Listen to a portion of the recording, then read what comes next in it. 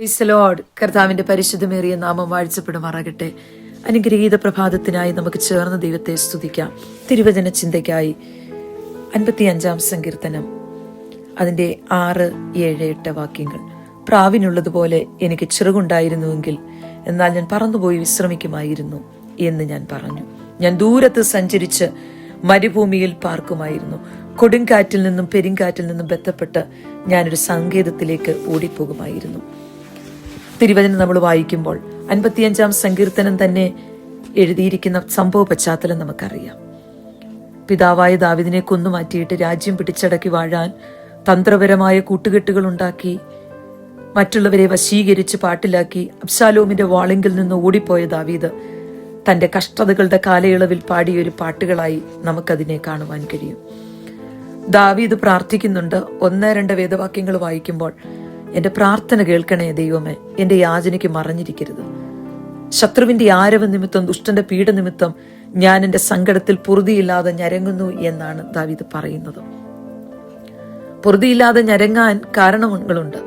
കോപത്തോടെയുള്ള ശത്രുവിന്റെ ഉപദ്രവം, തന്റെ മേൽ നീതികേട് ചുമത്തി ഹൃദയവേദനയിൽ തനായി തീർന്ന അനുഭവം, പെരുങ്കാറ്റുപോലെയും കൊടുങ്കാറ്റുപോലെയും ആഞ്ഞടിക്കുന്ന എതിർപ്പുകൾ, പ്രാണസ്നേഹിതനായിരുന്നവരുടെ നിന്ദയും വമ്പു പറച്ചിലും. ഇതിന്റെ മധ്യത്തിൽ ദാവീദ് തകർന്ന ഹൃദയവുമായി ദൈവസന്നിധി കണ്ണുനീരോടെ താൻ യാചിക്കുകയാണ്. ദൈവമേ, എനിക്ക് മറഞ്ഞിരിക്കരുതേ എന്ന്.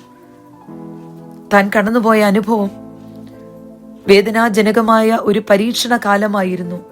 സ്വന്തം മകൻ അബ്ശാലോം തനിക്കെതിരെ കൂട്ടുകെട്ടുണ്ടാക്കിയത്.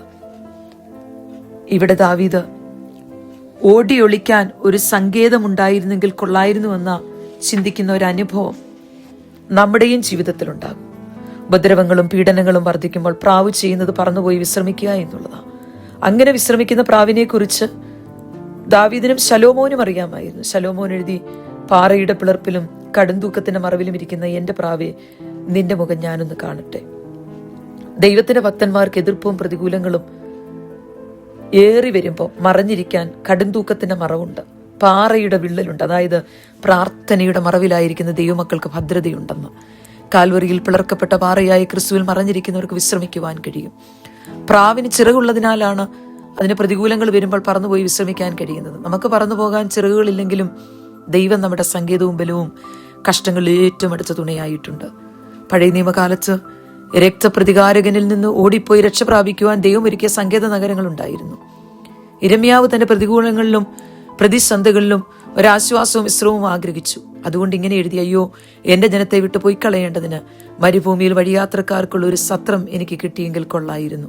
ഇവിടെ ദാവീദ് പറഞ്ഞു, ഞാൻ ദൂരത്ത് മരുഭൂമിയിൽ പോയി പാർക്കുമായിരുന്നെന്ന്. ജീവിതത്തിന് നേരെ ആഞ്ഞടിക്കുന്ന കൊടുങ്കാറ്റിൽ നിന്ന് പെരുങ്കാറ്റിൽ നിന്ന് ബന്ധപ്പെട്ട് ഓടിപ്പോകാൻ കഴിയുന്ന സ്ഥലം ദൈവസാന്നിധ്യമുള്ള സ്ഥലമാണ്. അവിടെ നമുക്ക് ആശ്വാസമുണ്ട്, സമാധാനമുണ്ട്, വിശ്രമമുണ്ട്. അതുകൊണ്ട് ഭക്തൻ പറഞ്ഞു, നിന്റെ പ്രാകാരങ്ങളിൽ കഴിക്കുന്ന ഒരു ദിവസം വേറെ 1000 ദിവസത്തേക്കാൾ ഉത്തമമല്ലോ. അവര് പറഞ്ഞു, നിന്റെ ആലയത്തിൽ വസിക്കുന്നവർ ഭാഗ്യവാന്മാർ. പ്രതികൂലങ്ങളും പോരാട്ടങ്ങളും എതിർപ്പുകളും കൂട്ടുകെട്ടുകളും നിറഞ്ഞ കൊട്ടാരത്തെക്കാൾ സ്വസ്ഥതയും സമാധാനവും ലഭിക്കുന്ന മരുഭൂമിയെ ദാവീദ് നല്ലതായി കണ്ടു. ദൈവസാന്നിധ്യമില്ലാത്ത മിസ്രൈമിലെ ജീവിതത്തെക്കാൾ പകൽ മേഘസ്തംഭത്തിലും രാത്രി അഗ്നിസ്തംഭത്തിലും ദൈവം കൂടെയിരുന്ന മരുഭൂമിയായിരുന്നു ഇസ്രയേൽ ജനത്തിന് അനുഗ്രഹമായിരുന്നത്. ശപിക്കാൻ വന്ന ബിലെയാം അനുഗ്രഹിക്കാൻ കാരണം അവരുടെ വാസസ്ഥലവും അവരുടെ കൂടാരവും ദൈവ സാന്നിധ്യത്തിന്റെ മനോഹാരിത കൊണ്ട് നിറഞ്ഞു നിൽക്കുന്നതായിരുന്നു. ശൂലേമിയെ നോക്കി ശലോമോൻ എഴുതി, മരുഭൂമിയിൽ നിന്നും പ്രിയന്റെ മേൽ ചാരി വരുന്നോരിവൾ ആരാണെന്ന്. മരുഭൂമിയിൽ ചാരുവാൻ ആശ്രയിക്കുവാൻ നമുക്കൊരു പ്രിയനുണ്ട്. ഇവിടെ കഷ്ടതയും പ്രയാസവും കൂടുമ്പോൾ ഭക്തന്മാർക്ക് ഏറിയ പ്രത്യാശയുണ്ട്. ഞങ്ങളുടെ ആയുഷ്കാലം 70, ഏറെയാൽ 80 തിരുവചനം നമ്മളെ ഓർപ്പിക്കുന്നു. അതിന്റെ പ്രതാപം പ്രയാസവും ദുഃഖവും അത്രേ അത് വേഗം തിരികെയും ഞങ്ങൾ പറന്നു പോവുകയും ചെയ്യുന്നു എന്ന് നമ്മൾ വായിക്കുന്നുണ്ട്. ലോക മനുഷ്യൻ പ്രശ്നങ്ങളുടെ നടുവിൽ ആശയറ്റവരായി തീരുമ്പോൾ ദൈവം നമുക്കൊരു പ്രത്യാശ തന്നിട്ടുണ്ട്. നമുക്ക് പോയി ആശ്വസിക്കുവാൻ, വിശ്രമിക്കുവാൻ ഒരിടം നമുക്ക് ഒരുക്കിയിട്ടുണ്ട്. നോക്കുക, ദാവീദ് ഇവിടെ വിളിച്ചു പറഞ്ഞു, പ്രാവിനുള്ളതുപോലെ എനിക്കൊരു ചിറകുണ്ടായിരുന്നെങ്കിൽ ഞാൻ പറന്നുപോയി വിശ്രമിച്ചേനേമെന്ന്.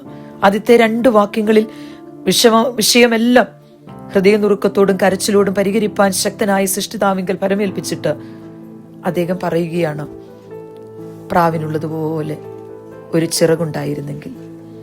ഹല്ലേലൂയ. ഈ പ്രതികൂലങ്ങളൊക്കെ അതിജീവിച്ച് ദൂരത്ത് മരുഭൂമിയിൽ ഒരു സങ്കേതത്തിൽ പാർത്ത് വിശ്രമിക്കുമായിരുന്നു അന്ന്. നമ്മൾ ഇതുപോലെ തന്നെയാ. നമ്മുടെ ജീവിതത്തിൽ നേരിടുന്ന പ്രശ്നങ്ങൾ കണ്ണുനീരോടും ഹൃദയ തകർച്ചയോടും വേണമെങ്കിൽ ഉപവാസ പ്രാർത്ഥനയൊക്കെ വെച്ച് ദൈവസന്നിധിയിൽ ഏൽപ്പിച്ച് ഉത്തരം അരുളുന്നതിനായി സ്തോത്രം ചെയ്തിട്ട് സ്വയം ഇരുന്ന് വിടുതലിനുള്ള വഴികൾ തേടുന്ന ഒരു പ്രവണത നമ്മളിലുമുണ്ട്. എനിക്ക് പറക്കാൻ കഴിയുമായിരുന്നെങ്കിൽ, ഒരു പ്ലെയിൻ ഉണ്ടായിരുന്നെങ്കിൽ ഇതിൻ്റെ എല്ലാം കണ്ണിൻ്റെ വെട്ടത്തുനിന്ന് പറന്നുപോയി ഞാൻ പാർത്തേനേമെന്ന്, വിശ്രമിച്ചേനേമെന്ന്, ഒരുത്തനും പോരിനില്ലാത്ത ഒരു മരുഭൂമിയിൽ ഞാൻ പാർത്തേനേമെന്ന്. നമ്മൾ അങ്ങനെ ചിന്തിക്കേണ്ട. പ്രാവിനേക്കാൾ വേഗത്തിൽ കടന്നു വന്ന് വിടുവിക്കുന്ന ഒരുവന്റെ വേഗതയുള്ള കയ്യിലാണ് നമ്മൾ പ്രശ്നം ഏൽപ്പിച്ചിരിക്കുന്നത്. അവനേക്കാൾ പാർക്കാൻ കൊള്ളാകുന്നിടമാണ് മരുഭൂമി. അവനേക്കാൾ വിശ്രാമം തരുന്ന ഒരിടം വേറെ ഏതാ ഉള്ളത്? വിഷയം കർത്താവിൽ ഏൽപ്പിച്ചിട്ട് പ്രശ്ന പരിഹാരത്തിനായി ഹല്ലേലൂയ എൻ്റെ പ്രിയരെ വേറെ എങ്ങും ഓടണ്ട. കർത്താവ് ശക്തനാ പ്രവർത്തിക്കുവാൻ. അവൻ വിശ്വസ്തനായ ദൈവമാ. അവൻ്റെ കരങ്ങളിലേക്ക് ഈ പ്രഭാതത്തിൽ നമ്മുടെ വിഷയങ്ങളെ ഏൽപ്പിച്ചു കൊടുക്കാം. കർത്താവിൻ്റെ മുഖത്തേക്ക് നോക്കിയിട്ട് പറയാം, അങ്ങൻ്റെ സങ്കേതമാ പിതാവേ. നമുക്ക് പ്രാർത്ഥിക്കാം. Praise God.